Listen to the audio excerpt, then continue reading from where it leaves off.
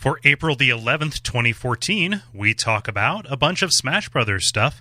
We do a free play multiplayer, and then we dive into Monument Valley. Welcome to the 57th level.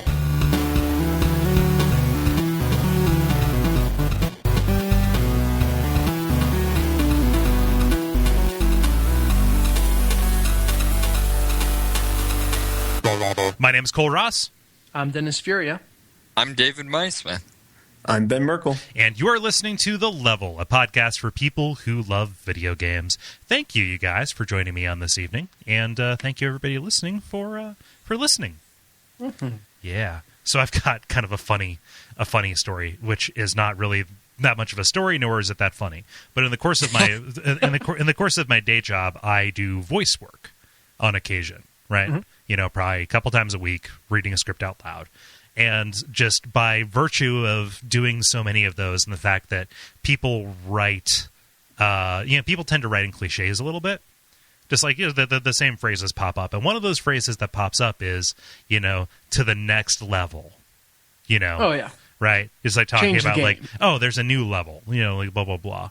And every once in a while it comes up where you like, where I have to say, I need to say it straight here because it's really hard. And that's the joke, welcome to the next level. Right.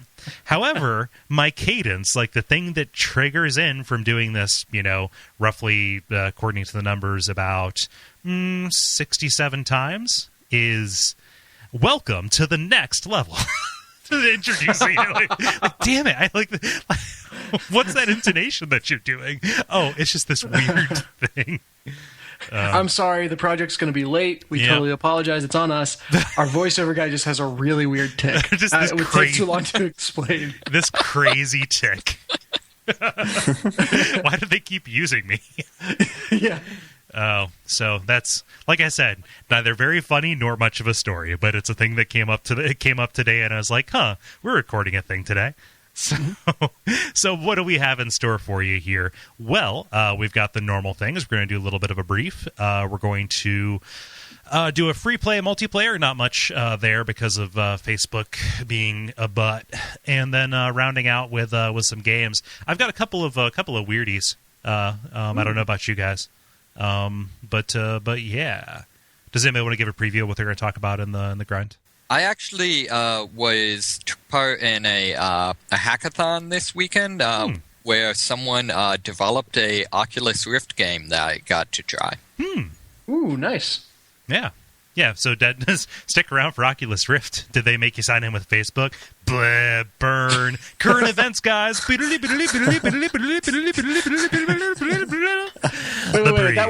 was not a jet ski. Cole just flew away on a rainbow. Yeah. Cole just flew away on a sick lick. The brief. Now it's time for the brief where we talk about news, but I've got something I want to share with you guys, and it will be in the show notes as well. But this is something that our good friend and constant contributor to the show, Jeffrey Geodude/GeoLawLawton, sent in over email as regards this particular segment. So I want everybody. Okay, Ben, you got it. That is fantastic. So open the store. I guess. So he doctored up a photograph of some men's briefs. It appears now, maybe those are. Is that a piss flap on there, or like is that a? Can't. Nope. No, it doesn't. No. Yeah. But they're not briefs. Can girls wear briefs? I think so. I think they become panties if they're put They're on. not that brief. But they are. Yeah. That's the point. I totally missed the joke. I just saw a picture of underwear and funny. Okay, so it's it's a pair of panties, and the show colors are yellow and our teal. And we have a couple versions of the album art on the band, along with the label "The Briefs," and there is some macro text in a really nice terminal font that says they're actually not that brief. So, Ben, you cracked the code. We're getting all meta. Yes. Ben, you cracked the code. I was laughing at this because picture of underwear that could be branded for our show, and you totally got it. So, huzzah. I read. Yeah. Oh, so thank you. And anybody who wants to get a glimpse of that action can check out the show notes, which are going to be at Duckfeed.tv/LVL/57. So this is where we talk about news and underwear and things that may or may not be underwear. Does anybody have one they want to volunteer? Yeah, I'll go. Go. Mine is short and sweet. Everybody's favorite goat simulator, Goat Simulator, is going to get a multiplayer mode, which just sounds. Have you guys seen the game and kind of looked at it? I think we talked about it on a previous show. Yeah, yes. I think we have. But it is simulating you being a goat. You can run into things, knock them over, and also lick them. And get a jetpack. And get a jetpack. As goats do. Yeah, but now you will get to fight over who gets the jetpack, because they're going to expand it into a split screen multiplayer mode, which the idea of the game is just, or I should say the fun of the game is just creating chaos and random things happening.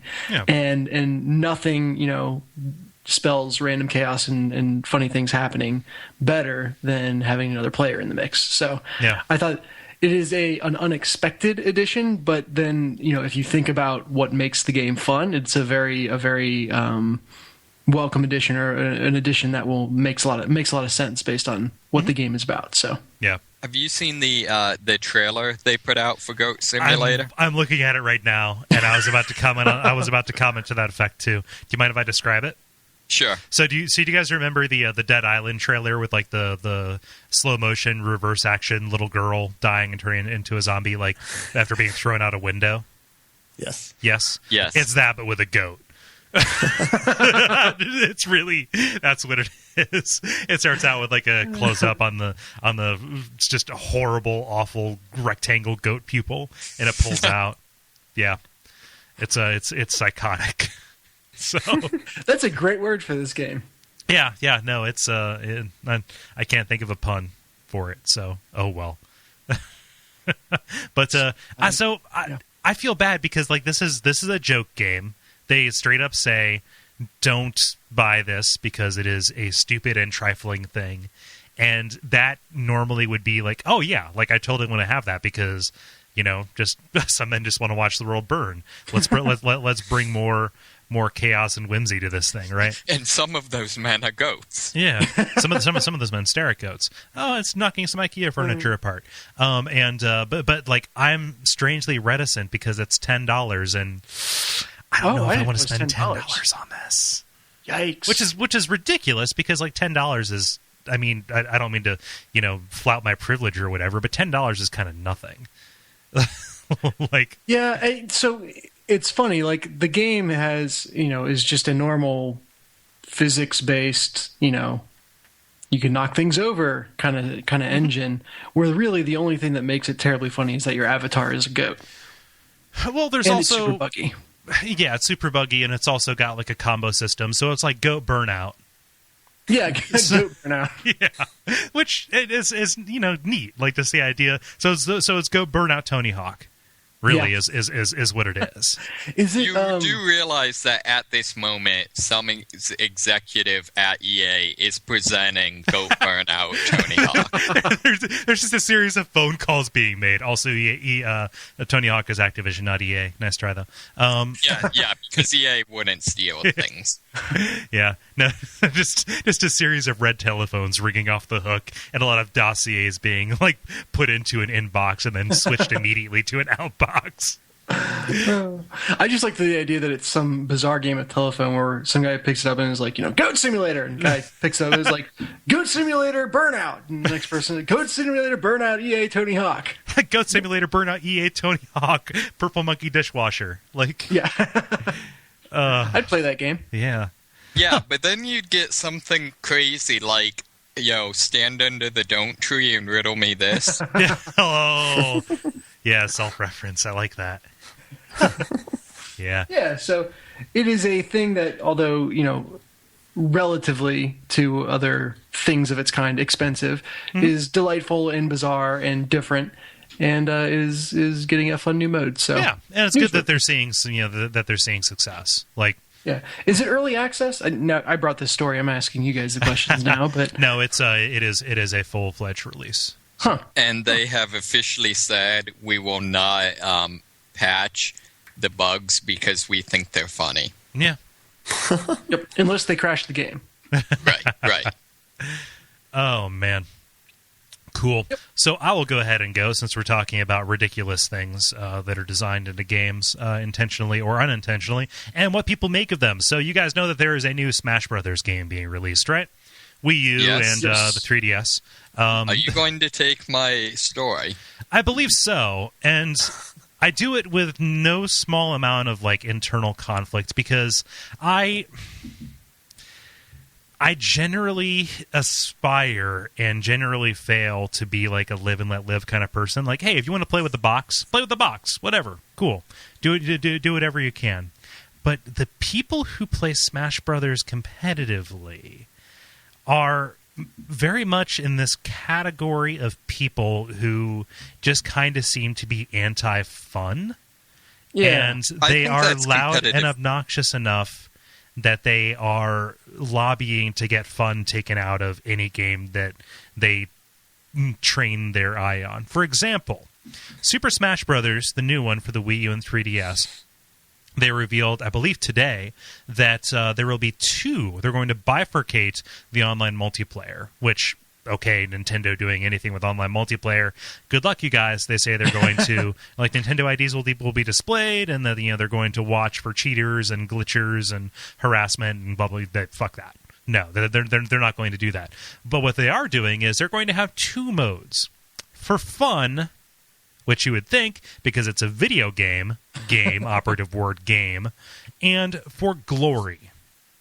Oh, God. What glory. Okay, so for fun is Smash Brothers. What are the things that you think of when you think Smash Brothers, right? Random items. Whack a For hand. fun or for glory? Or a hammer. Random items, wacky stages. Yeah. This sounds like it's for fun. Yeah, that's that's for fun. That's over where the cool kids are. Okay. Again, I'm making value judgments here. You mean it's? So I think I need to out myself in this point of the conversation that I play Smash Brothers somewhat seriously. Okay, cool. Are you? See, but the thing is, do you play on stages that aren't Final Destination? I play on random, and we let the random number generator decide. We let the gods decide. Cool. Because what For Glory does is it takes that. You can be as serious as you want and be like, I want to win, because that is a part of playing a competitive game. But what For Glory does is it says, okay, that joke, Final Destination, no items, Fox only, it makes every part of that real except for the Fox only part. So Stock 3. Yes, exactly. Or maybe Stock 3. There we go. And so it takes all of the randomness out of it. It puts the game on just that flat platform, the Final Destination, and is this is for serious guy. Now let me have my anthropomorphic fox guy, who happens to pilot starships and shoot tiles at lasers. Beat you up, because this is for real. Now we're having fun. Am I being unfair? Because this is asinine to me. I feel like, to be fair, that describes pretty much all of competitive gaming. Although I think it's worse on Super Smash Bros. It's not competitive gaming, it's esports, you plebeian. I'm sponsored, okay? My mom pays my way. I'm sorry. I can't stop. Yeah. I'd be interested to hear Ben's take on this. First off, but the one thing I'll say is I heard someone say something really interesting about fighting games in general. This was in the context of, I think, Street Fighter or something like that. That gaming competition needs that almost kind of codified, unspoken set of rules so that they can be broken. And they said, so the great moments happen when it's you didn't do X. Everyone does X in that situation. Why wouldn't you do X? And, they get completely, the person who was expecting X got destroyed because the person made the quote unquote wrong decision in that situation. And so some element of the rules, and there's a way things are done, I think is okay, because it allows for kind of those expectations to be set and broken, that just factors into the play. But when it becomes, it is wrong to do it any other way, that's when the trouble hits. Well, yeah, I definitely think that's... Yeah, that makes Why sense. did you use the shotgun? Nobody uses the shotgun. Yeah. like really all that, like, I'm for anything that reduces the amount of times that I get yelled at. I don't know. Maybe go ahead. I feel like the other big thing is, the problem is that it's basically I feel like it's a struggle between people who play the game in order to have fun versus people who play the game in order to win. I don't even know if it's that. I just, like, in order to win, because you could, like, those two things are not entirely, like, they're not mutually exclusive. Again, like Ben said, you can play on random and still want to win. See, but the point is, I feel like the issue is, what is your goal? Okay. And I feel like the difference is that, at least from what I've observed with competitive gaming, the goal is not to play a good game or to, play a fun game. The goal is, strictly speaking, to win, and therefore it becomes, I want to eliminate any variable that could potentially allow me to not reliably win. Okay, so this is something where I think that attitude, when it's applied incorrectly, so this might not actually be like a bad thing. This could, my knee-jerk reaction is, Nintendo is catering to these, to these people who I view as having asinine values. But in reality, what they're probably doing is they're not ghettoizing the people who are playing for fun. They're ghettoizing the people who are playing for glory. So somebody doesn't pop into, matchmaking and only see, Final Destination. Like, no, I want to play on, Yoshi's Island or whatever. Or I would like to be able to play with the Pokeballs because those are fun. You get a different one every time, right? So that's cool. But like when this is applied incorrectly, what that creates is overbalancing, or balancing for the sake of balance, and that is where it becomes more poisonous. So when you say, like, get rid of any variable, like, what that says to me is, take away any texture, or cave to the person who says, I'm going to quit playing this game because you took away this 0.2% on my DPS. Right. And I think the other thing, at least the way I tend to think of it, is I think it's very similar to the difference between, like, professional football versus backyard football, whereas one's about having fun, one's about winning. I don't know. I think you can play. I think I'm misconstruing what you mean by about. I'm just saying, like, the goal, in my opinion, the goal in sports, I'm gonna say should not be, but although maybe the winning isn't the goal. The goal is competition. And doesn't competition imply that somebody wins and somebody loses? Oh yeah, but the goal is not to win. It's similar. I guess I would say it's like in hunting. The goal of going out and hunting is not to have. And I'm talking modern day, not like someone who hunts to survive. The goal of going out and hunting is not to have meat. The goal is to pursue having meat. Do you kind of see what I'm saying? So I think that competitive gaming would be like viewing hunting as a way to get meat. I don't know. Ben, I feel like we haven't given you room to get in edgewise, and you are the actual person who probably has the most experience with this kind of thing. So I want to give you room edgewise. I mean, you just need to be sensitive to who you're playing with, I guess. Yeah. So if you're playing with people who want to do items, play items. It's not a big deal. But if it's me and Perk, yeah, it's on, dude. No item stock 3. Emotions will be not hurt, but someone's going to get rimmed, man. Yeah. Yeah. So Who was Ben- it our freshman year that was real competitive at Smash Vicus. Bros? Yes. My greatest memory was the one time we beat him. I don't think I was actually playing. I think it was you, Ben, and someone else. But when the one time you beat him was when you got Fox and Pikachu and just spammed your long-range attack until he just gave up and forfeited.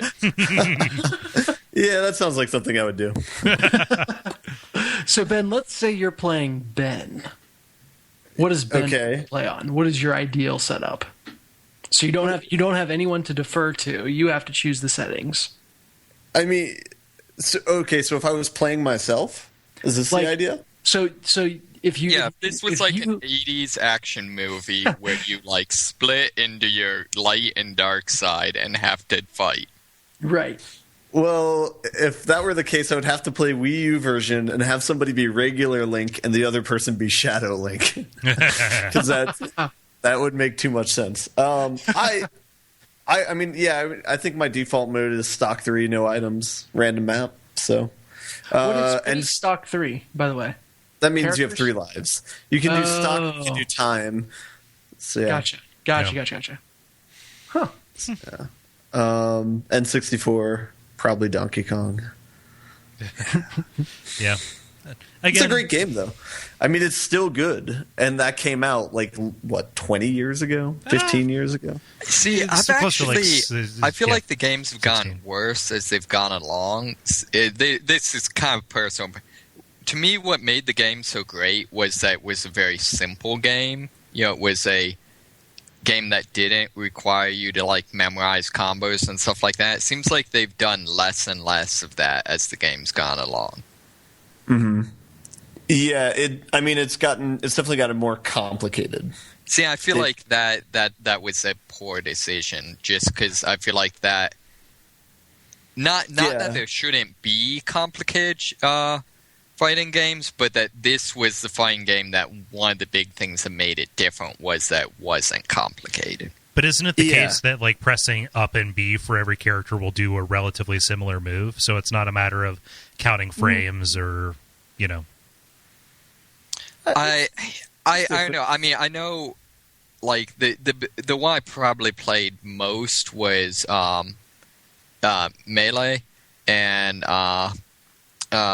they added a bunch of dodge and blocking and glitching elements.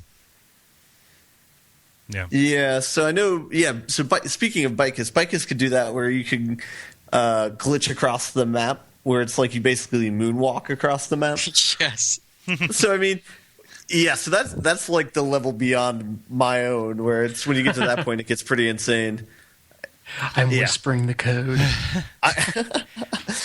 So that is a negative effect of adding complexity, I will say. Yeah. But I mean, at the same time, if you're not going to add complexity, where are you going to go? Are you just going to put out the same game with upgraded graphics?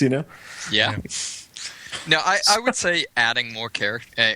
That's either or neither. That's probably personal preference. So I feel like we're camping out on this, but I just want to make my stance a little bit more clear and give some context for it. Here's the thing. I don't want to stop anybody from having fun.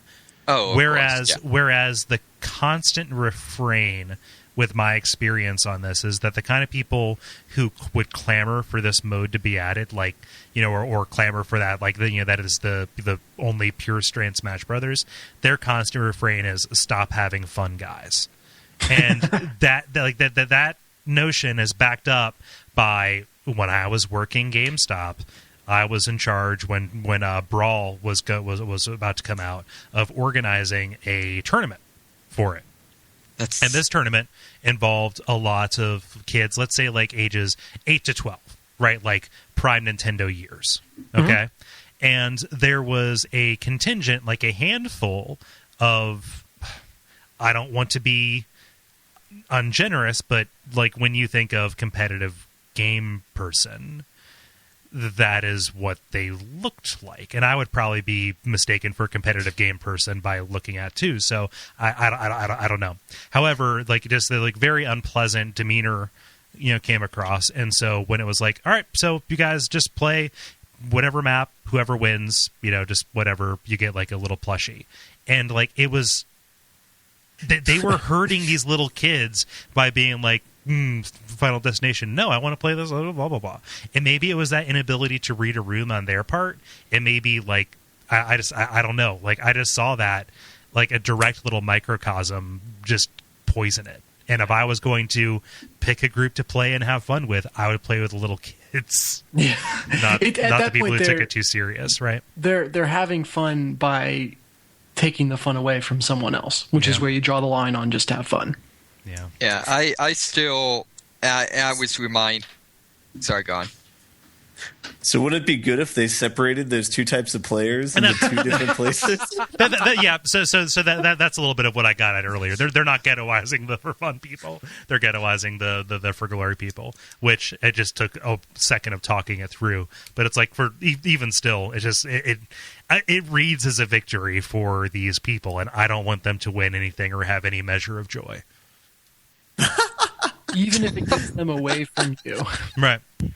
No, we will both be miserable. We're going to be miserable together until you recognize how right I am. And that's how I proposed to my wife.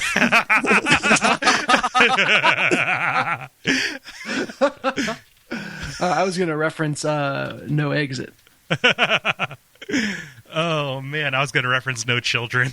I hope you die. I hope we both die. Oh, that's a good song. Anyway, who wants to go next? Sure. Mine was actually semi-related, which was just that apparently they're adding in Mega Man, which I think is pretty cool. That's been announced for a little while, hasn't it? Not to like shit on your thing. That entirely could be. I generally don't follow Nintendo news at all. Well, that'd be kind of cool. So knowing nothing except that I think I've seen a screenshot of him. Like, so is it the case that if you kill somebody, you get their power? Is it like a Kirby kind of thing? I don't know, but that would be awesome. That'd be badass. Mm-hmm. Yeah.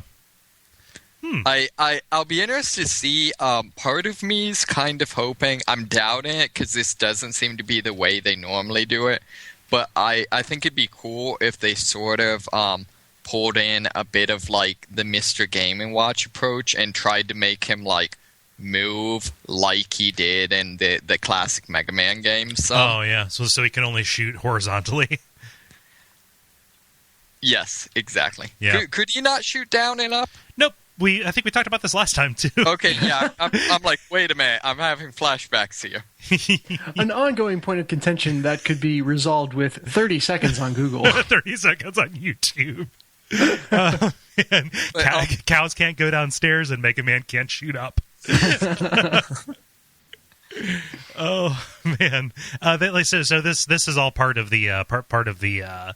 They had this big announcement of different things and about Smash Brothers at this Nintendo Direct event today, as when we're recording this. And so they announced new characters, but most of them were just people from before. So it's like Zero Suit Samus. Okay. Yeah. Okay. Yep. So people are going to be like creeping out over Samus wearing a naked suit. Gotcha. But then you could play that in Brawl. Yeah. Zero Suit Samus. Yeah. Zero Suit, like, it's like a fixture. It's like saying, and Mario's going to be there. Okay, cool, I guess. But yeah, then they added Charizard and something called Greninja. And is that a Pokemon? I think it's a Pokemon. Or maybe the new games, or I don't get the adding like all 82 Bazoo. Actually, 700. This will come up soon. All 700 Pokemon. I don't get like what I don't know. That everybody's got their favorite. Everybody's got one they want to fuck. I actually saw. No. Sorry, the thought came out before I put the filter on. What is that? Phrasing. I saw someone mock up the Super Smash Bros. Character selection screen so that it had all 150 original Pokemon on it. and the caption was something like, despair for this will never happen. It's just in like a super wide aspect ratio, like Lawrence of Arabia. Yeah. Like it can only be properly displayed on like 3 cinema screens in the entire country. Nah, letterboxing, man. Well, you know. Yeah. It'll be like the table that they had in Melee, where when you collected all the trophies and you had to like zoom in to look at each character. Yeah. That'll be what the selection screen will be like. Yeah.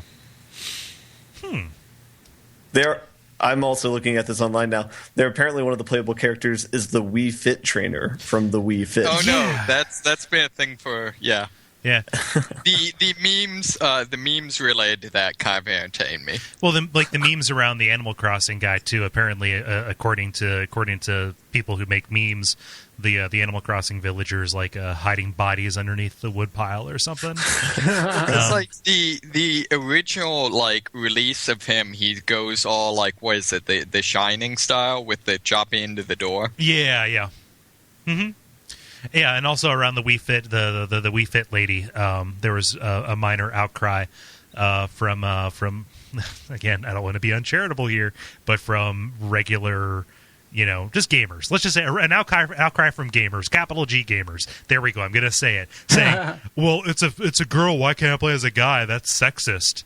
It's like, because the character in the game is... That doesn't make sense. Yeah. So they added an alternate skin after the outcry, both to the Wii U version of Wii Fit and into this, because people were like, Again, Look, I understand you're terrified by having a female in your vicinity. That's okay.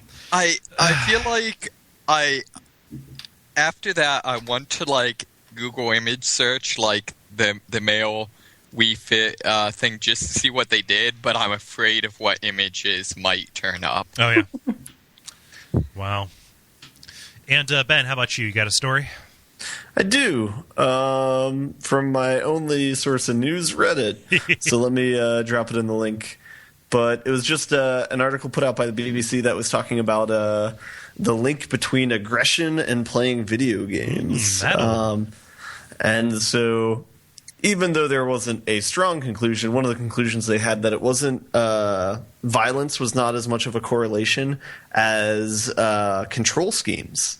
So if a control scheme was hard to understand and not intuitive, players showed more signs of like frustration and aggression than if they were playing a violent video game. And so one of the ways they did this is they had people play Half-Life 2, and they made a mod for it that took out the violence. And the way they did that is if you shot someone, it vaporized them, where they would just like disappear in a non-violent way. I'm just going to disappear you. Yeah. I'm not sure how effective that is. Yeah. Yeah, but supposedly non-violent, I guess. I don't know. I don't know if they replaced the guns with something else or, But, just a little Craftian horror that causes people to fade into other dimensions. Well, I'm thinking about like there is a gun in Half-Life 2 which does like the pulse disintegration. Yeah, and that's actually like fucking horrifying. Like it basically sends them into Silent Hill because they like flake away in ashes. So if it was that, like I think people you were just only use that game. Yeah. Wow. Yeah. What was used to be the game that had bad controls? I'm curious now. I'm not sure. Yeah. I'm sorry. I'm trying to learn to use a Mac right now. It's driving me freaking insane. Yeah, unlearning those bad habits really takes a while. But they probably just fucked with the controls and made it so that there was wobble or something. Having not read the article, like they would probably want to control for if it was the game. So Ben, like what you're saying with the frustrating controls getting the stronger reaction than the violent content, what you're saying is that according to this article cited by the BBC, the effect on aggression of video games is less than the effect of rap rage. Rap rage? Yeah, like when you're trying to open up like a thing that's in blister pack and you can't get it open, and so you like, chop up your family and mail them to different senators. I did not know this was a thing. Happens at least once a week for me. Yeah, no, it's crazy. Go through them like Pez. No, it's That's a thing. You see articles about that, and there's you'll notice on Amazon, like occasionally there will be an option to buy something in frustration-free packaging, which is good because it's generally recyclable packaging too, which is nice. But just the idea is that, especially around the holidays, things that are really, really hard to open, people will hurt themselves, and so there's a non-negligible number of people who end up in the hospital either by accidentally injuring themselves in the process of opening a thing, or by getting so angry that they perform an act of violence and hurt either themselves or somebody else. So, being frustrated by the controls is more aggravating and leads to more aggression than the actual content itself. So what you're saying is frustrating things are frustrating. Yes. See, I feel like the problem with all of these studies and stuff like that, or maybe it's just the unwritten thing that they don't address, is the assumption that aggression is bad. When directed towards an inanimate object. I just feel like, in general, I don't know, it almost... Do you think aggression is good? I think that aggression, violence, anger, etc. are all parts of the human experience, and I think they're neither good or evil. They're simply how you react to them and how you express them that matters.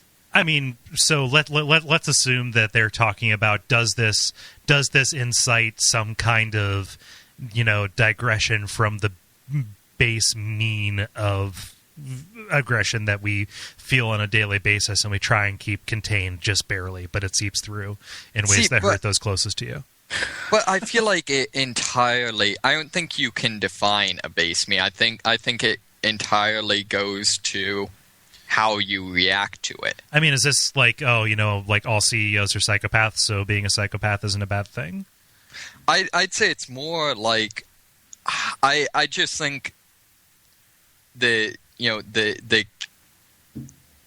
I think the capability for violence, and violence is just part of everyone's experience. It's just, do you use it either for good or for awesome? Well, yeah. I mean, do you use it? Do you express it via like sports, or if you happen to have a career like, say being a soldier where violence is your job as part of your job or whatever, or do you use it to chop up your family and mail them to random centers? But I don't think it's healthy to simply label violence as evil. I don't think that's accurate. But violence as a response to something that is intended to amuse you being frustrating, I would say, is almost always not warranted. But I don't know. I guess I feel like it's missing the point that like for example, football is really, really violent. Mm-hmm. I feel like it's a thing where violence has been part of entertainment as long as humanity's being a thing. But now all of a sudden with video games, we've decided that that's a horrible thing. I would say there's a difference, though, because in football, the violence is towards a goal, right? And there's kind of an understood rule of competition here that we're going to be violent towards each other, but there's the whole concept of good sportsmanship and everything like that. Whereas the video game is, I want to amuse myself, and I can't because of some barrier. Therefore, I am going to show aggression. I'm about to say something that's a total bummer. And I don't want it to sound like I'm making light of it, but this might be an actual point. How many people beat their wives because of a football game, and how many people beat their wives because of a video game? Is that the kind of violence that you're talking about? I'm just talking violence by somebody who is a passive participant in this thing. Yeah, I'm just in general saying I don't think it's a good idea to say that violence is bad. I think what you need to say is that violence used the wrong way is bad. Violence out of context. Right, exactly. If someone breaks into your house and steals your family Taken style, then violence is probably a justified reaction. Yeah, but if the y-axis on Half-Life is inverted, violence is not the correct reaction. Right, but but what I'm saying is just, I don't think it's healthy to just say violence is bad. I think you need to keep context in it. That's fair. Welcome to the level for a podcast for people who love violence.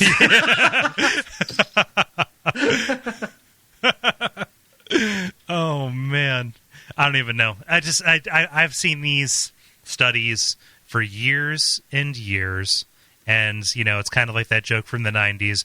What about eggs? One day they say they're good, one day they say they're bad. What is it, doctors? And it ceases to have any real meaning at all whatsoever, because no policy, no anything is based on science anyway, let alone dubious science. It's just weird. I don't know. So we should just flip a coin to determine whether or not video games are violent or not. Because it doesn't. Because it so doesn't matter. Again, so not to pick the so to avoid going back to that crazy bummer that I brought up earlier. Like, there are probably more drunken brawls due to a football game than to Smash Brothers Brawl. Yeah. The son of the bitch didn't pick Fox. What the fuck is he thinking, Pichu? So one thing I think is interesting about the article, too, is the very last sentence, almost as an afterthought, says, previous research published by so-and-so in her independent review found little evidence to suggest children who play video games become desensitized to violence. Like, just one sentence at the end is very, like, a side note, so it's like, it seems like, I don't know. Yeah. I would say my stance on it, I think video games do desensitize people to violence. Yeah. I think they're basically, I think they're functionally identical to what, militaries, martial artists, police force, etc. do purposely to train people to be desensitized to violence. So I feel like I don't see how you can argue that they don't. I also don't see how you can argue that video games can be meaningful art but can't change the way people view violence. Mm-hmm. However, my stance would be, I don't think that's necessarily a bad thing. I don't think being sensitized and terrified of violence is an effective way to keep people from being violent. I think teaching people to be good people is how you teach people to not use violence inappropriately. Yeah. Huh.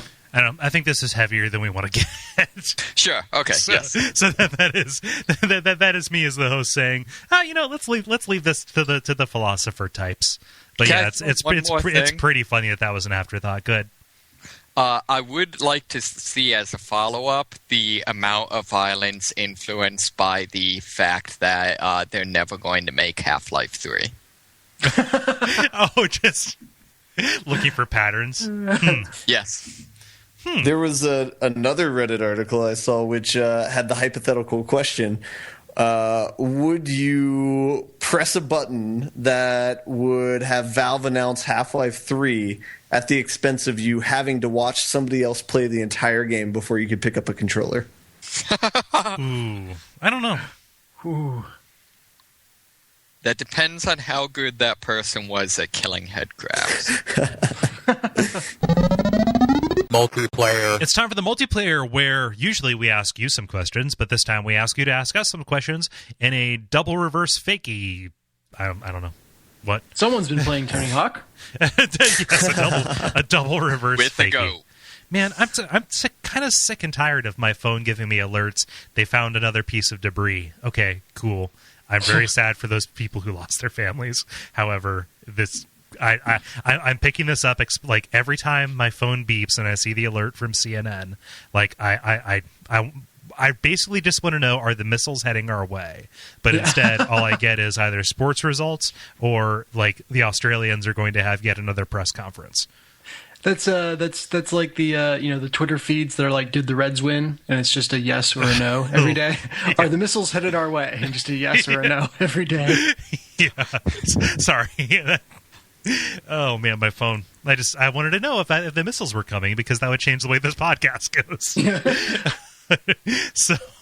So yes, I have been playing some Tony Hawk. No, I haven't. We'll talk about that later. So free play is what we do every once in a while, where we just kind of take prompts from you and we answer the questions. Damn it.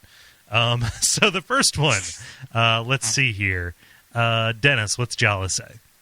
Jala says beta bugs, or rather, beta bugs. Good. Okay, I was going to say, this comes from a post she did on our page about just some of the amusing things that she's seen in beta versions of games, or early access versions of games that are really kind of quirky and cute and amusing, that get then edited out because they're not as polished in the final game. Yeah. I think that for me, my mind's going to be unsatisfying. The only beta bugs I ever encounter are the ones that completely make me lose progress. So this happened to me in Starbound and also in Minecraft, where it's just like, oh, we did an update. Everything you built is lost. Fun joke you guys played there. Got me real good. Yeah. Oh, boy, did I care about this at first. Same thing with Prison Architect. But that is more just people, like prisoners, not caring if they're on fire or naked at any given time. But as prisoners do. Prison changes you. You don't care if you're on fire or naked. I've seen things. Oh, attack ships on Andy fire. Dufresne was on fire. I've seen prisoners on fire off the shoulder of Orion. Oh, well, that's the second week, third week in a row. If you pay close enough attention, I get either a Blade Runner or a Big Lebowski reference into every podcast I ever do. How about you guys? Beta bugs. So go ahead. I was trying to rack my brain about this, but I don't know if I've played a game beta. Whenever on this podcast, I feel like I'm like the bro video gamer, because since I do not have a laptop, I don't get like any indie games, and so I have to resort to talking about AAA games. And we're better for have you had any other like bugs that were particularly fun? Well, like every Obsidian game I've played, but none of those are fun. No, I mean, beta's released as final code. Yeah. I do have to say one that I enjoyed your discovery of was sword canceling in Half-Life 2. Or Half-Life 2, I'm sorry, Halo 2. Are you talking to me on that one? Yes. How's that? Where you like start to charge at someone and then you stop halfway? Yes. Yeah, man, I haven't played that game forever. Yeah. Now I remember, doing the XYX to do a quick reload. Oh yeah. Yeah, or no, it was like it was weird. It was like XBYX or something crazy. Like it involved reloading, but also picking the right frame to melee and switch your weapon or something. Yeah. Nice. I actually do kind of have one.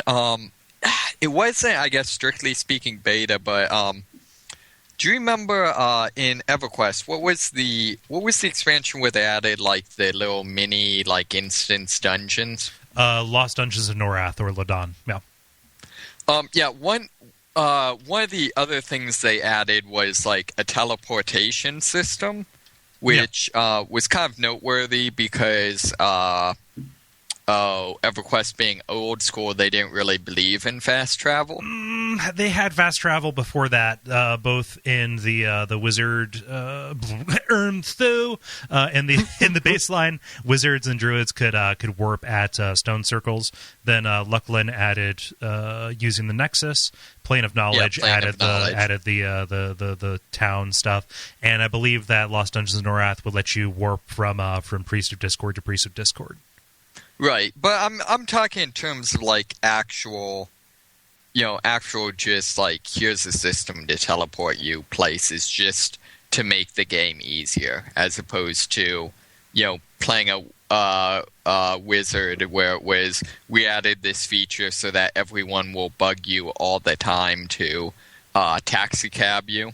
Right. But anyways, all of the NPC dialogue was just about the fact that, like, oh yeah, this is some, like, new magic. We don't completely understand it, and every so often we lose a person. And so at one point I used the teleportation service, and in the middle of the teleport, the game glitches off and crashes out.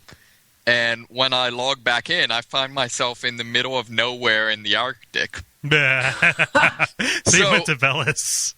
Yes. So I just enjoyed the fact that, like, the glitch happened to the glitch apparently felt the need to stay in character. That's pretty good. Nice. Yeah, no, I love it. That seems to happen a lot in MMOs or open world games, where they just say weird and crazy and unpredictable things can happen. Yep. Okay, so I do have a bug that I recall now that I did like. It was in God of War 3, and it was one of the boss battles when I was in the maze.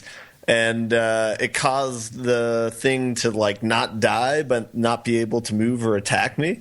And so I attacked it for about 5 minutes to build up my combo because I don't know why. But like, the higher it goes, like, it gives you different like awards, or it'll say different things. And so I just looked up the list of it now, and I think I got to 2,000 hits on it, which like, you get like an impossible award or something like that. But if you apparently can keep going into one shy of 1,000,000 hits. But I did not make it that far. But that was a very nice bug, though. I had fond feelings towards that. Very generous. I had a boss encounter in Dark Souls 2 glitch out on me, which I was banging my head up against it for just attempt after attempt, and I would go away and come back a couple days later and try it again, until one time it just stood still and didn't attack, and I half considered quitting out. I have considered, like, just committing suicide and going back in and trying to fight it fair, but it was like, you take every, that's a freebie. Yeah. Oh, that's funny. Yeah. Good. I feel like the thing is, with Dark Souls, you were fighting the game, therefore that was actually the game making a mistake. Yeah. Or, it's like the regular enemies disappear once you kill them a certain number of times. This is the boss, just stops moving after so many attempts. Yeah. Like, here you go. You've earned it. Dennis, how about you? Yeah, mine has to be, I haven't actually played the game, but the stretchy soldier, I'd say that one, stretchy soldier glitch from Battlefield. And so just there's, you can look it up online. There's just a bunch of funny instances of the character proportions making them look like Mr. Incredible. No, Mr. Fantastic. Yeah, there we go. One of those guys, making him look Mrs. like Incredible or Mrs. Mr. Incredible. Fantastic. Yeah, there you go. Either or, one of those makes the characters look like that playing in the game. And so it's just this, super realistic, serious war shooter game thing with Mr. Fantastic running around all wobbledy. So, and our next and final question is Jeffrey Lawton coming back to us hot off the heels of Pantygate 2013, because he sent this in last year. No, it was this year. I just forgot what year it was, like I was writing a rent check. But he comes and says, has a video game ever inspired you to try an activity in real life? If so, how did it go? I got one for this. Yeah, go. I started learning to play the drums after playing it on Rock Band. I didn't know that was good. Yeah, and I believe playing it like at your place. That might have been like one of the first times I played it. I think that might have been the first time that I played the drums for it. So that was the initiation for that. Oh, that's kind of cool. Yeah, I like Very that. Cool. And now that I think about it, I'm sure of it. It was at your place where I played drums for the first time on Rock Band. Right. went home where I had a drum set. One of my roommates had it in the basement, and so then I played that, and it made sense. So. Yeah.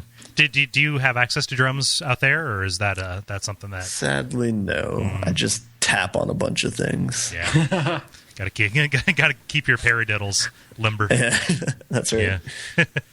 Your polyrhythms and such. And I got a similar one. I mean, this is kind of obvious a little bit. Maybe I had a little bit of like interest in playing guitar, as any teenage boy is wont to do before Guitar Hero. But getting Guitar Hero, like I got that in November 2005, and I bought my guitar the December of 2005, which means I've been playing guitar for about 9 years now, and it does not show at all.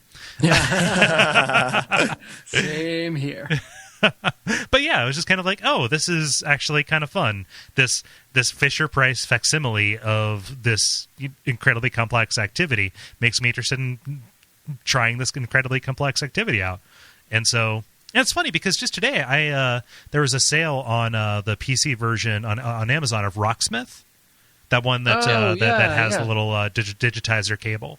And Rocksmith 2 has a bunch of usually is on Steam sale a bunch of the time. So it's like, I'll wait for that to come out and just like get a bunch of these songs and actually try and use that to kind of up my game a little bit, because I'm if I had a guitar nickname, it would be Open Chord Kole. so just kind of like, at the most I will be out $20 for this thing. So yeah, it's just kind of weird that happens today along with this question. Yeah. How about you, Dennis? So mine I reluctantly will use, but I haven't actually done it yet. But playing Tearaway, which I'll talk about more in a second, it actually gives you like the paper instructions for how to make 90% of the models in the game. Oh yeah, paper. And so you've got an in-game little camera thing, and you can take pictures of stuff. And then when you take pictures of the right things, you get the instructions for how to make them. Right. And so I've got online all these instructions for like really cute papercraft stuff that I want to go and make. Yeah, haven't actually done it yet, but that's the obviously I had the Guitar Hero thing, but that's the other one that I'm actually browsing through them right now. I take lots of pictures of trees, lots of tree models in here. Yeah, that's pretty cool. I didn't realize that they were leaning into the papercraft thing that hard. Oh yeah. It's kind of funny. Like, does liking pixel art and thinking, I could do Perler count for this? Yeah, kind of. Yeah. A little bit. Yeah. That's like 90% of picking stuff up though, is seeing it and being like, that's kind of I could do something like that. Yeah. I don't know. How about you, David? I don't know. I really like this question. I've been trying to rack my brain because I'm sure there are situations where this has happened, but I'm having trouble thinking of any. I feel for me a lot of the times it's kind of in reverse, where it's like I'll like something and therefore play video games about it. Yeah. You'll think like, I am a big rig trucker. I want to get Euro Truck Simulator. Right, as you do. No, but sort of, like I find a lot of times like inspiration for like me during the martial arts. I'll play, I play a lot of like action-y video games. I don't know. Maybe that's unusual. I don't know. I don't know. Very cool. Cool. So thank you, you two, for writing in. Do you guys want to? Okay. I was about to usher us along. If you want to participate in these weekly little feedback jams that we got going on, that is Facebook.com/The Level Podcast, where we put those out usually on Tuesday afternoons. Holla. The grind. Now it is time for the grind, where we talk about the games that we have been playing. Does anybody want to volunteer to go first? I can go first. Do. I got two oldies but goodies. Okay. So I finished up Last of Us. I know I told you guys I'd been replaying that, and so I replayed that. And it was cool. Again, it was more of like a kind of a technical look at the game of just kind of kind of see what decisions they made for the layout of the game and like how they string you along. But yeah, it was still cool. It's definitely different the second time you play it though, because it's very reliant on you being invested in the story and wanting to see what happens next, you know? And it was the same way with like Uncharted 2 as well. So it was interesting not, playing it knowing what was going to happen. But anyway, we've talked that game into the ground. So the other one that I played is I mentioned this before the show, we had an adult snow day last week, which was awesome. Because they're remodeling and everything smelled like fumes. But we picked up Smash Brothers Brawl that day and started playing that. So I tried to sit on that while we were talking about Smash Brothers. Don't I feel like an asshole? I'm sorry. No, it's fine. And we played with items. Okay. So I don't have to play stock. But no, it was fun. And that one has a nice leveling factor with So here's one thing that they introduced that I thought was a good thing, and I thought this when I first started playing it, I think it now. But the one Smash icon that will appear and float around the screen, and whoever breaks it gives them like a huge power-up move. Yeah, that's a nice mechanic. That kind of levels the playing field, See, that's the golden snitch. Yeah, that's exactly what I was just thinking of. Yeah. Yeah, so it was nice to play with other people. Hopefully the people who had not played the game before were not too turned off by it, because I know me and one other person were pretty not ruthless or anything, but we were pretty good. We could hold our own. So all of us were playing on Wiimotes, so that was another nice leveling factor as far as skill goes. Those are not intuitive for playing Smash Brothers, by the way. Which ones? I'm sorry. The Wiimote with the nunchuck. Oh yeah. I got used to playing it like that. I guess there's a thing where, like, at least when I play Smash Brothers, you grip the controller somewhat tightly, and you kind of rely on it being like a stable, connected mass. Yeah. And so when you don't have that with the Wiimote, you kind of lose that sense of grip, if that makes sense. Also, the jump button is your index finger. It's the C button on the nunchuck, right? Which is not. I'm used to pressing it with my thumb, like the XY button on the GameCube controller, or the or the C buttons on the 64. I think that's right. Yeah. Huh. Yeah, I don't know. I got used to that for the Super Mario Kart on Wii as well. Okay. And you're definitely right. It kind of feels like you're going to fly off into space because you don't have something you're desperately clinging to. But for me, go ahead.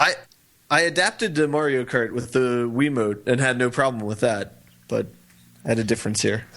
Interesting. Yeah. So I'm not even just talking about the Wiimote. I'm talking about Wiimote with nunchuck too. Yeah. So if I was the kind of person who ever relaxed and ever sprawled back, I could definitely see it being like there's nothing keeping you from sinking into the chair. However, for me, it was great because I could lean forward with my elbows on my knees in an aggressive, ready to pounce posture.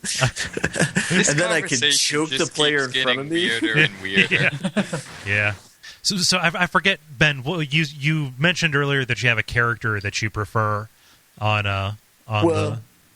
Yeah, so it's more of an issue in 64 because that's where you have to bring your A game, at least with the, But so usually my go-tos are Pikachu or Donkey Kong. Donkey Kong's a surprisingly good character. One would not think he's that great since he's pretty lumbering, but he has a pretty nice grab, and he can do work.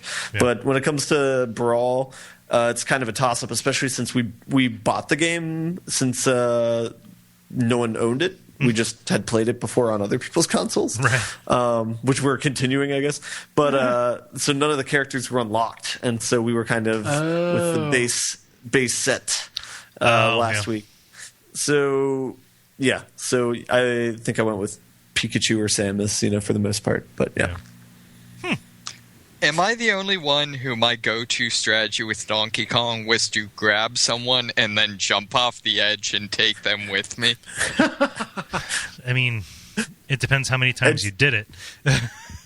Yeah, if you have more lives than they do, that's a great way to end the match. Nice. Oh man. Yeah. Let's see. Is that all? Yeah, just those two. They're nothing new, but yeah, I don't think there's a lot of new games out for PS3. No, so. there's not. Sad. I will have to assimilate at some point this year, but we will see how long I'll last. No, I mean, wait for a game that you want to play. Yeah, I think that's the big one.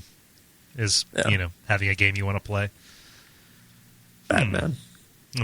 Yes, Batman. Okay, so we know exactly when you're going to do it when Batman comes out. So I'll do mine because I have 3.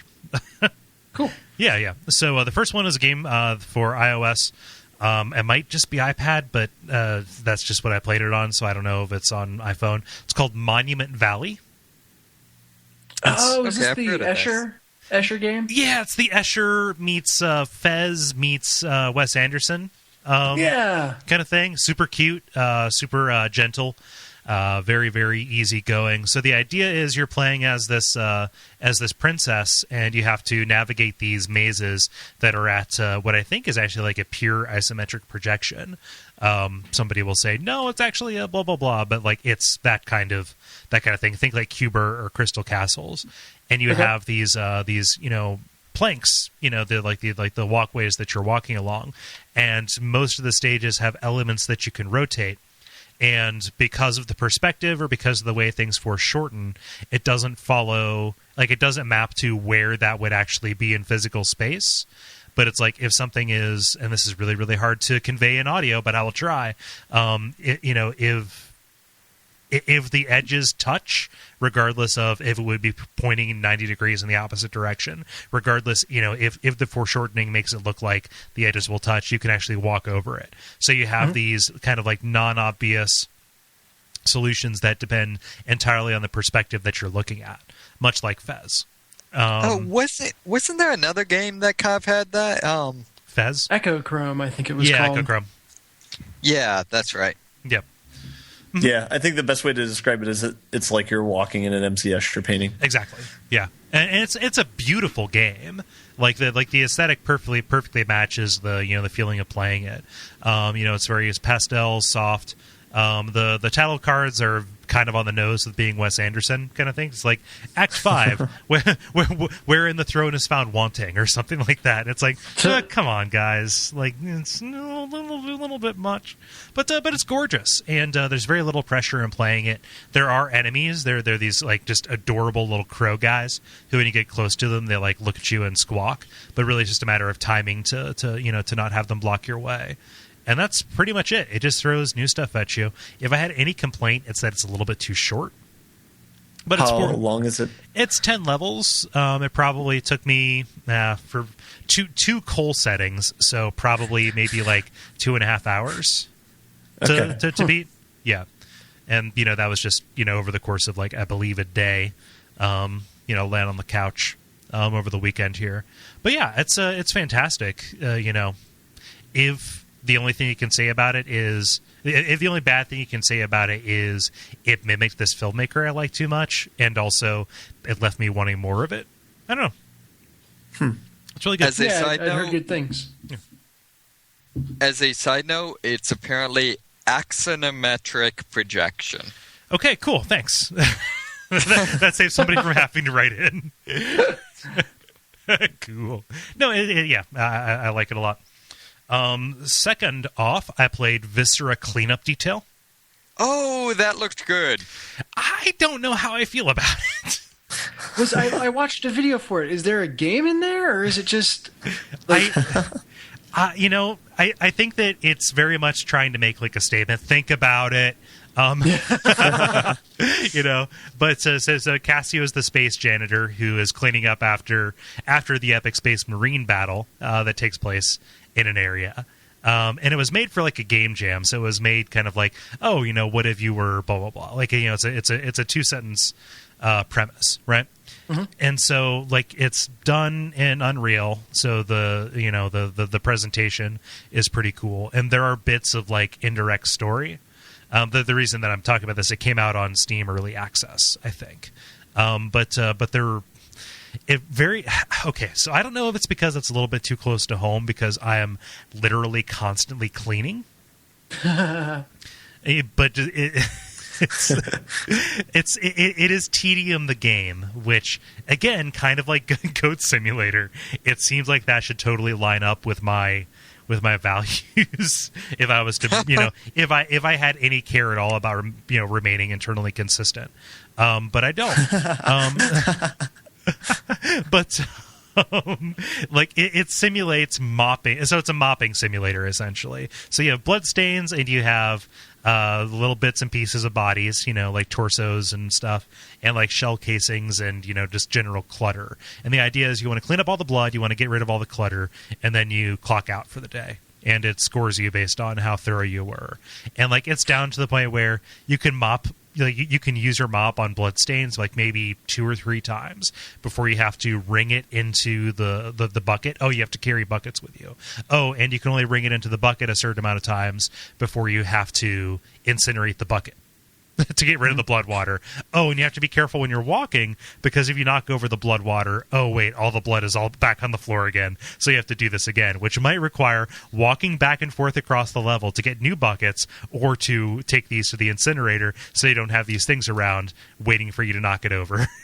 Also, walking through blood gets blood on your shoes, so you have to so just like in real life, you have to have an exit strategy for your mopping, because if you are working down a hallway in the wrong way, walking back to change out your mop water means that you undo all of your work when you come back because oh shit, now there's blood everywhere again. And you pick up there's no mop or there's no broom and dustpan. You pick up shell casings one by one. Oh god. Yeah. So it's definitely an elaborate joke. I was going to say that's it sounds like a 2-sentence concept that should have stayed like a 2-sentence concept. So like the cleanup force should have been, wouldn't it be funny if you had to clean up after all these battles? Yeah, that would be pretty funny. And then never mentioned again. Maybe you could mock up a screenshot. But it's almost like the joke is now, hey, here's this funny thing. We're going to make it, take it far enough until it gets unfunny. And it's... this could have been Dust Force.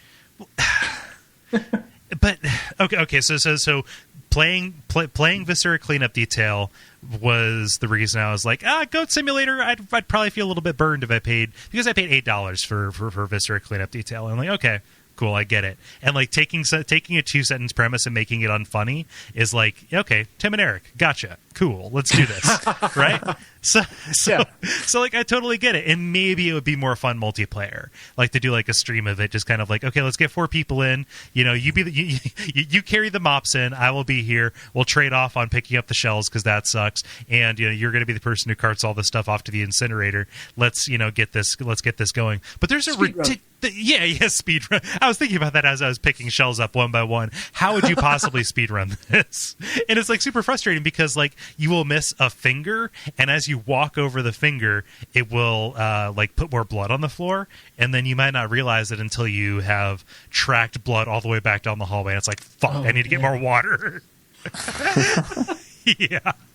So it's kind of funny in that way.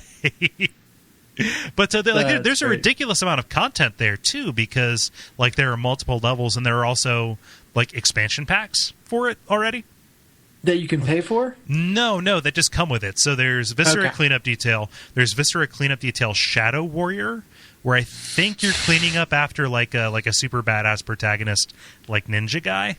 And then there's Viscera Cleanup Details Santa's Revenge or something like that, which is the holiday model. I haven't played either of those two, so I can't comment to their effect. But like somebody's making content for this thing, and it's kind of like that game Receiver, where there's a story like built into it. So as you're going, you'll find you'll find notes scrawled in the wall on blood, like "We are all doomed," and in order to get a perfect score, you have to wipe all of those down. And you will also find notes hidden around that you have to like throw away in order to get it clear, because the pretense is the higher ups are coming down to visit. This place needs to be spotless, or you will die.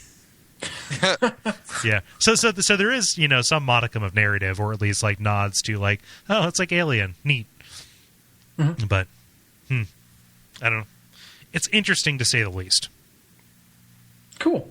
Yeah. And finally, there was FTL. They came out with the Advanced Edition. Which coincided very nicely with the iPad edition coming out as well. And although that game does have keyboard shortcuts, I pretty much always played it strictly with the mouse, so that made it a really good fit for the iPad. And I have to say, the iPad port's pretty good. Like, once again, good. There's only one thing that can make this expansion matter. Are you able to set auto-fire for individual weapons? Yes. Oh, thank God. Okay, then it's worth it. Well, if you already own FTL, it's a free upgrade. So you just go in and just play it, and they've fixed it. Good. Okay, yeah, that was the hugest frustration with the first one. Mm-hmm. Go ahead, Dave. Is engaging space spiders still a horrible idea? Yeah, in general, engaging anybody is a really bad idea. Yeah, it's super hard, and also this adds a hard mode to it as well, the Advanced Edition. So I haven't done those. I've never even beaten it on easy, and I think I'm comfortable with the idea that I will never beat FTL. It's like fine for me. It's just something I pick up every once in a while when I feel like hearing some soothing music. And doing the whole kind of Infinity Engine pause with the spacebar thing, right? I would be interested to see a Let's Play of like beating the game on hard mode, because I'm like you. I've gotten to the final boss on easy mode. I've only gotten to the second stage of what I assume is a 3-stage boss fight once. Out of I probably have 50 hours easily in that game. Yeah. Yeah, it is a ridiculously hard game, and like all the stuff they added, like they added like new systems, so you can hack now. Uses drone parts, and you can select a system on somebody else's ship to kind of like co-opt or take over. So, example would be you can hack their med bay so that it harms their people instead of heals them. And they're like upgrading that module once you get it makes it so you can hack for longer periods of time. But that is used on you in a big bad way by kind of the new race that they add in, which are people who inhabit the abandoned sectors of space. Interesting. Yeah. So it's like you have the nodes that are like, oh, this is controlled by the rocks, or this is controlled by the NG. Any of those, but like this one is like a new sector, which is run by these guys. Yep. So like whatever you have access to, they also have access to as well. It's just a matter of like getting up to speed with it. There are like, I know that there are finer details that I haven't like spotted yet, because it's been a good long while since I played it. But the stuff that I have noticed is I noticed that it seemed that the writing in some of the new scenarios was like a little bit more intricate. And that's for good reason, because they got Chris Avallone to do some of the scenario writing for it. Oh, wow. Yeah. Is that? I wonder if it's a thing where like they went to Chris Avallone and asked him to write, or if Chris Avallone was like, "Hey, I like your thing. I would like to do some stuff for your thing." I don't know. It'd be pretty cool if it was the latter one, but I'm sure that those indies, especially because FTL was a Kickstarter game, there's probably they probably have a chat room. I don't even know. That's ridiculous. But yeah, chances are you probably have FTL from some kind of Humble Bundle. And you now have basically a reason to go back and play it. And if you have an iPad, it's basically feature complete. Like, I haven't noticed any kind of shortcoming once you get used to selecting different people on that. And there's like a little bit of goofiness, like it can't show both ships on the screen at the same time. in full in full size. But like really, that's just fixed by like when you tap on one, it brings it up to full size, and the other one gets smaller, and then you just go back and forth like that. So you can still see what's happening. It's just a matter of them trying to conserve the space. Sure. Yeah. No, but it's still FTL, and they made it really good again. So, I don't know. That's me. Cool. Yeah. David, what up? Sure. I actually kind of have a unusual one. This past weekend was the engineering department's big hackathon, which is more or less same idea as a game jam, except it's not necessarily restricted to actual games. One of the fellows there apparently, I guess, had a prototype Oculus Rift and developed a game for it, kind of a pretty basic, you have a sword and you have a bow and arrow, go through the dungeon, kill things game. Huh. But, I mean, it was still pretty cool, especially considering he developed it. He downloaded the character models and, like, the graphics, resources from somewhere, but, set up all the game himself. So it's a lot of fun. I basically my experience though, I get it set up, and he's kind of walking me through, and you press this button to equip your sword, press this button to equip your bow and arrow, and here's how you fire. And all right, walk down this hall. All right, and now you fight the giant spider. It's kind of like, wait, I do what? Wait a minute, we need to have a conversation about this. No. Exactly. So, no, it's actually, though, it's really neat system. Cole, you said you'd played it some, used the Oculus Rift some? At the Portland Retro Games Expo, there was an Oculus with Minecraft set up. Okay. Yeah. So, I don't know. See, I feel like I've heard the final version will have a little bit better graphics, and I feel like that's something that's kind of needed. But the actual system itself seemed really easy to use. The one I was using used like a Wii-style nunchuck controller. Was that what you used, or? No, we used just kind of like a retro controller kind of thing. Okay, yeah. This was straight up nunchuck style, and it was kind of cool. I have to say, being able to actually like use your sword as like swinging a sword, and having it track the different things. Where like at one point, because this is kind of what I do, I decided like, oh, what happens if I like turn around reverse grip and try to fight that way, and that actually at least kind of worked. Huh. So that was sort of cool. Although shooting a bow and arrow when you can't actually feel having the bow and arrow doesn't quite work. But so so it was a really, really neat experience. I'm now, I would say, much more excited about the Oculus Rift than I was previously. Yeah. And I was more excited before I played with it firsthand. I basically Oculus Rift was that thing that every news article was about that I didn't care about. Right, exactly. Yeah. What else? Other than that, I'm continuing on, my playing through of Fallen London. I don't know, crazy stuff's happening. I'm investigating a observatory that's nearby my house that may or may not be allied with the sorrow spiders.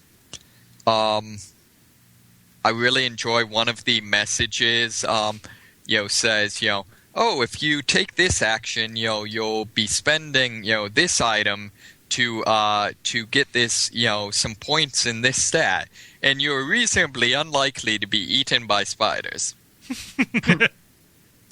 Okay. So, I guess the theme of my recent gaming has been me being menaced by arachnids. So, that's you just put yourself in those situations. Yeah, I don't know. I feel like it's sort of like sometimes like the cat will figure out like who is the person that hates having me be around. That's the person whose lap I'm going to sit on. Mm-hmm. I feel like maybe I have that with spiders. Where they just seek you out through various forms of media. Yes, okay. And then sit on my lap. That's funny. Have you, let me see here. Have you run into their energy system? We've probably talked about this. We joked about like, is there Twitter integration? Or am I borrowing somebody else's podcast? I might actually be borrowing somebody else's podcast. Oh no! What am I doing? No. I was I'm not sure what show, but I'm pretty sure we haven't joked about it doesn't have Twitter integration. Oh God, I need sleep. I haven't slept for days, you guys. I've just been having panic thoughts. Oh, wow. No, okay. Continue. Whoops. Okay, so are you running up against the energy system at all in Fallen London, David? I am. Actually, it's kind of funny. You can pay in order to be able to bank twice as many turns, and I've actually stopped paying the fee for that simply because like it's more in my best interest to only be able to do a certain number of things at once. In terms of my overall level of productivity. Yeah. I'm trying to think. They're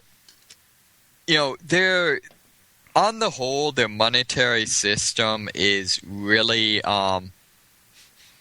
is really very reasonable.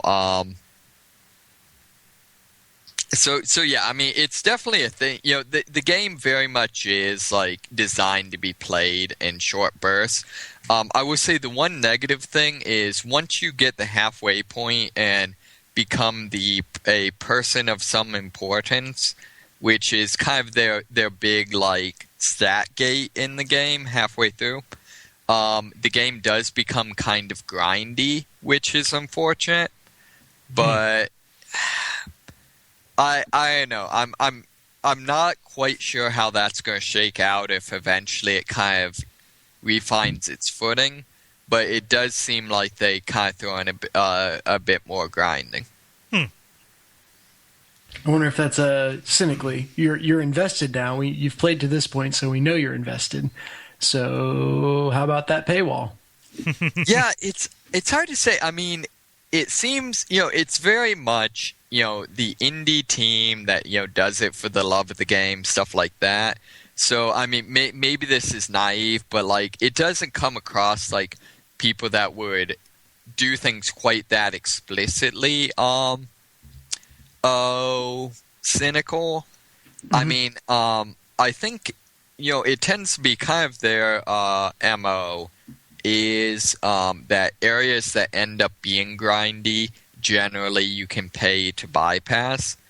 And I think it's a thing where it's more just it made sense to make it more grindy because it's late game, and that therefore means there's a lot more paywall stuff, as opposed to them wanting to put in paywall stuff and then coming up with grind, if that makes sense. Right.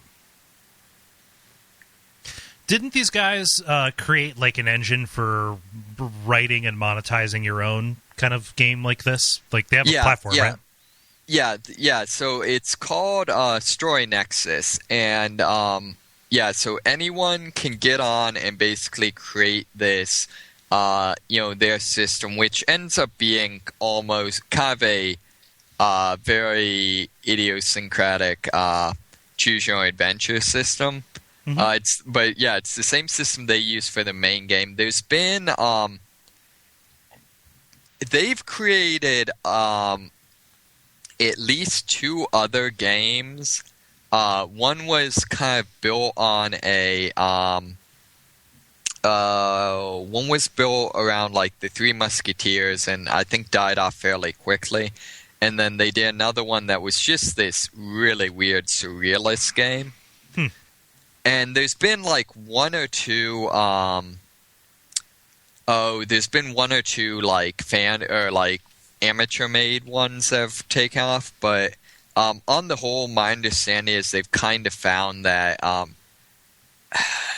lot of their fans were kind of more Fallen London fans as opposed to being like Story Nexus fans, if that makes sense. Yeah. So they've kind of found a thing where they're now back to, because like theoretically Fallen London was supposed to be finished like 1 or 2 years ago. But they're now kind of back to it. So yeah, well, good for them. They wouldn't be back if it wasn't successful. So exactly. Well, unless they were trying to get, we're going to make money off this, damn it. Yeah. Well, we've made something successful. Time to run it into the ground. Yeah, let's ruin this thing. Yeah. Yep. Is that all? AKA the Activision approach to gaming. Yeah. Is that all, David? Yeah, I started up Diablo 3 again, but like I literally played for like an hour. Yeah, was it to play the expansion? No, I'm deciding I'm going to pick something up because like I've kind of been in a gaming rut, and I'm kind of feeling out whether it's going to be Diablo 3 or if I'm going to get Eve again, or if I'm going to pick up the Elder Scrolls MMO. So I've just kind of been feeling. Yeah. Huh. Cool. Dennis, round us out. Yeah, I finished Tearaway, which is as heartwarming and delightful as you might expect from Media Molecule. So I was surprised by how long the game actually was. I guess it's weird to say because it's a fully priced game, so it is a fully length game.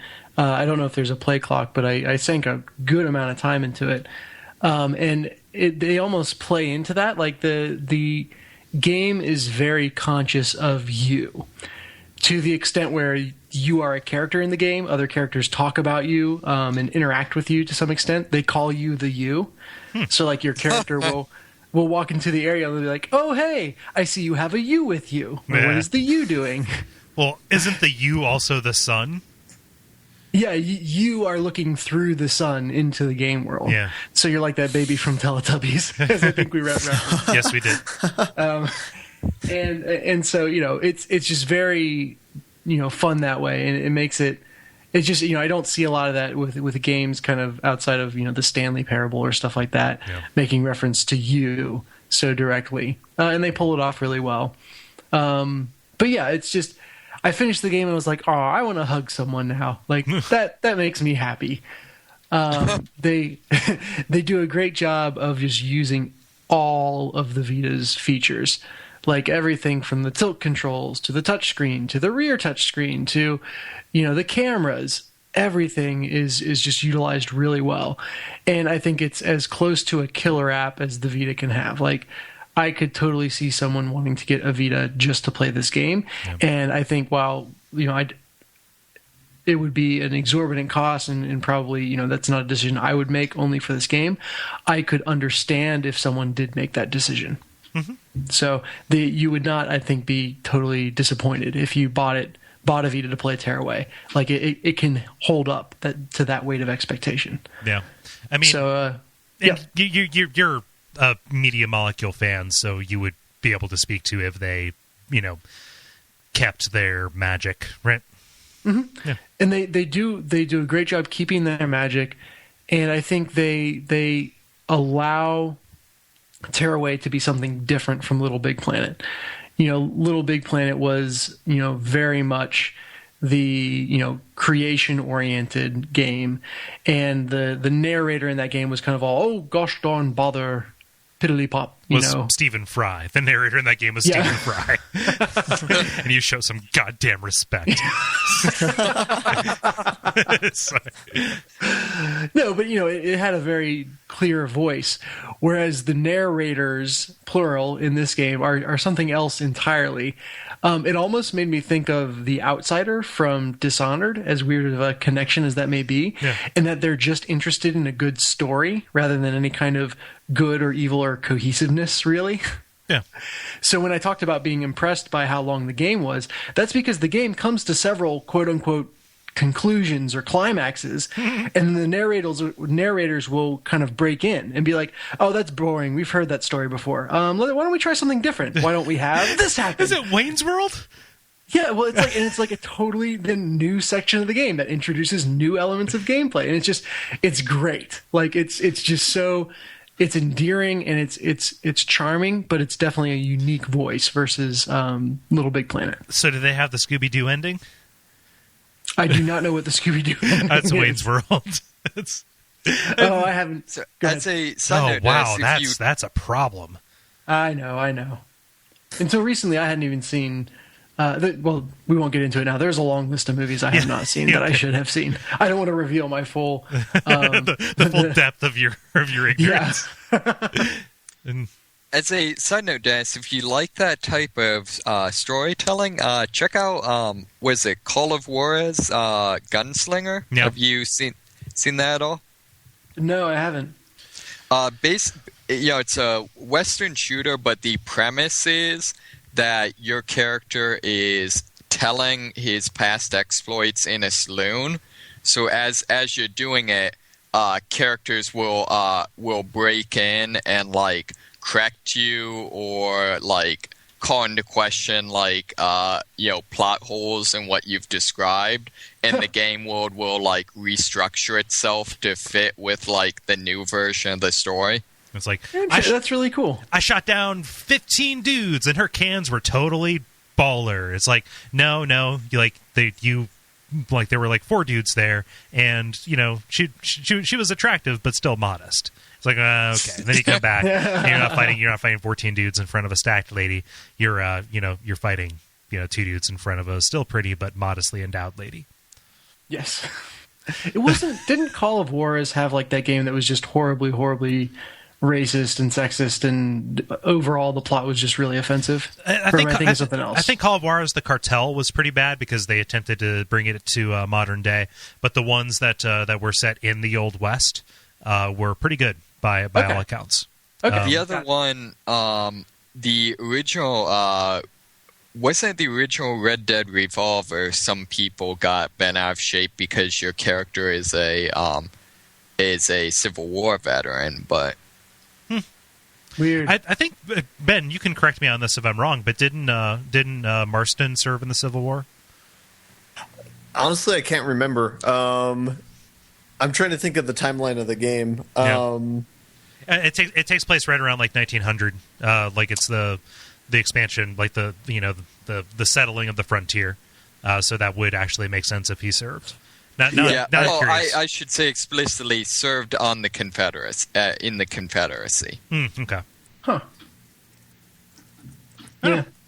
So yeah, Tearaway is great, and it makes me glad that I own a Vita and glad to be a human. And I just want to give you all an internet hug and make some paper craft stuff. So it's one of those games like I can just go and I know I can jump into that game and play it for a half hour and just feel happy, and that's a nice thing.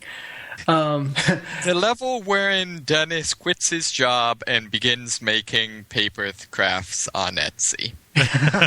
Well, if you make anything, be sure that you post a picture. Yeah, we'll do.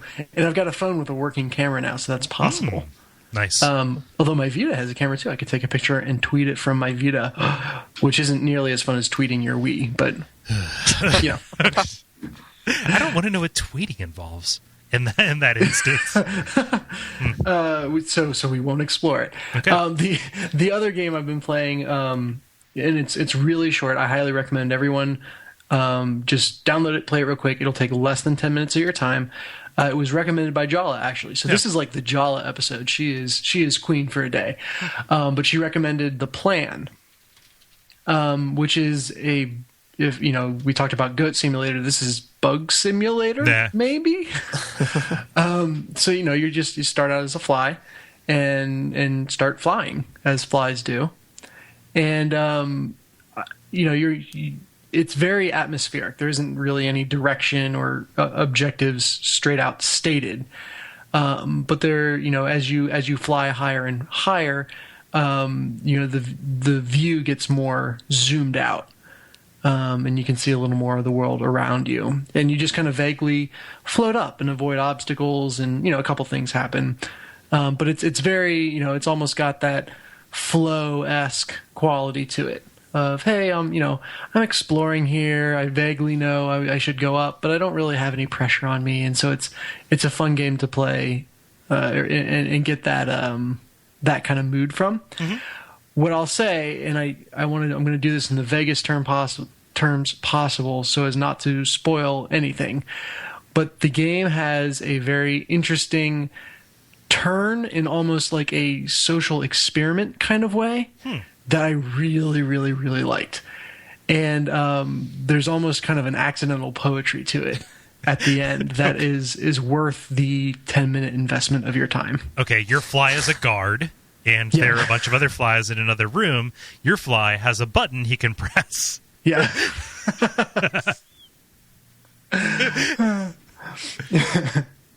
Sorry.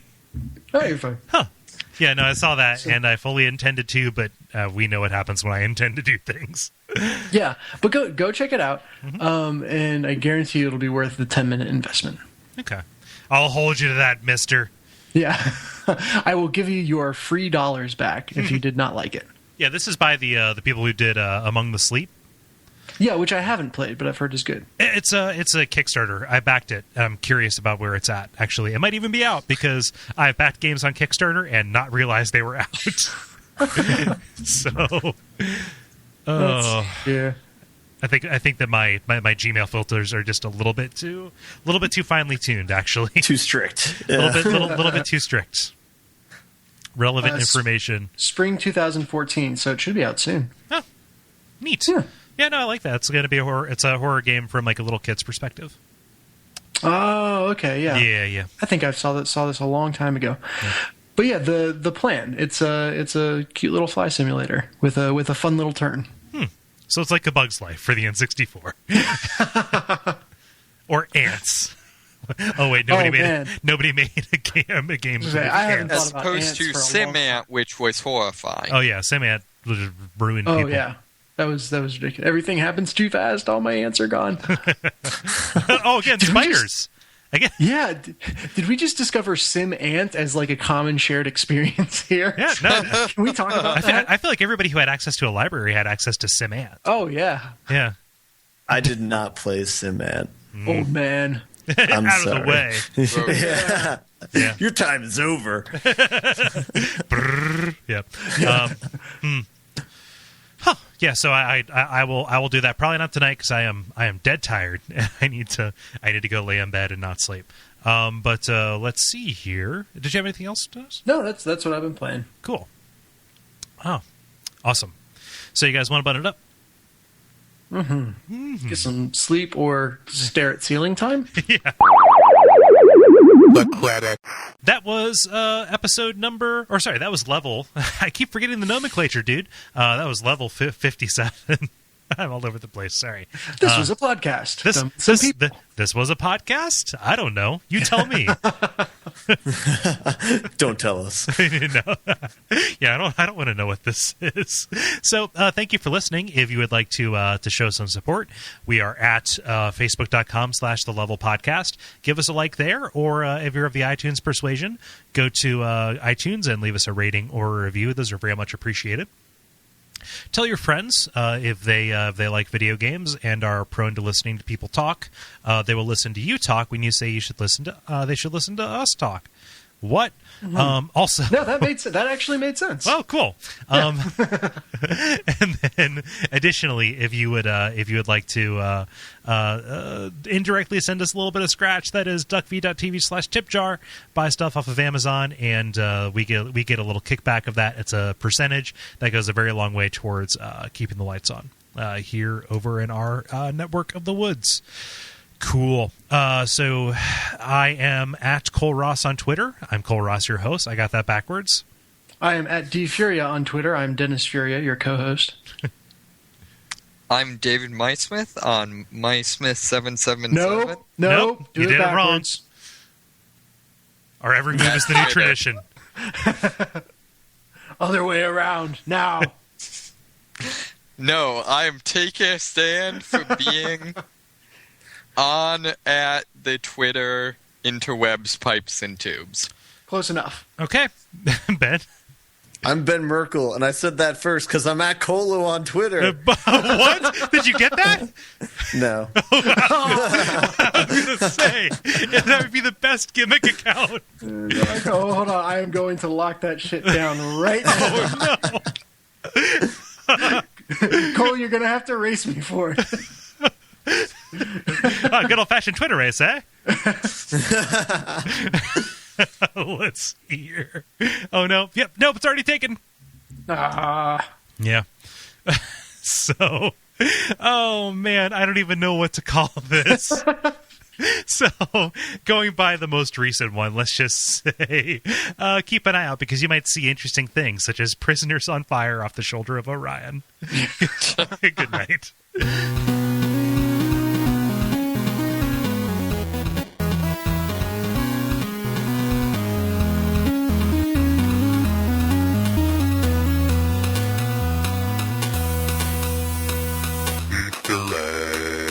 I think it'd be pretty funny, actually, if congratulations offended someone. Well, it'd just be like that scenario is probably fairly entertaining. Or like maybe read the room if somebody comes up and says, "Oh shit, dog, I got news for you. It's just we're gonna have a kid." It's like, huh. Even then, okay, so even then, the only proper response, like maybe you hold back on the congratulations. You go, huh. Which is the universal language for tell me more. Yeah. Or, for example, if a girl comes out of the bathroom holding a pregnancy test and looking shocked and says, "I'm pregnant," maybe not the right time to go, "Congratulations!" and to throw confetti.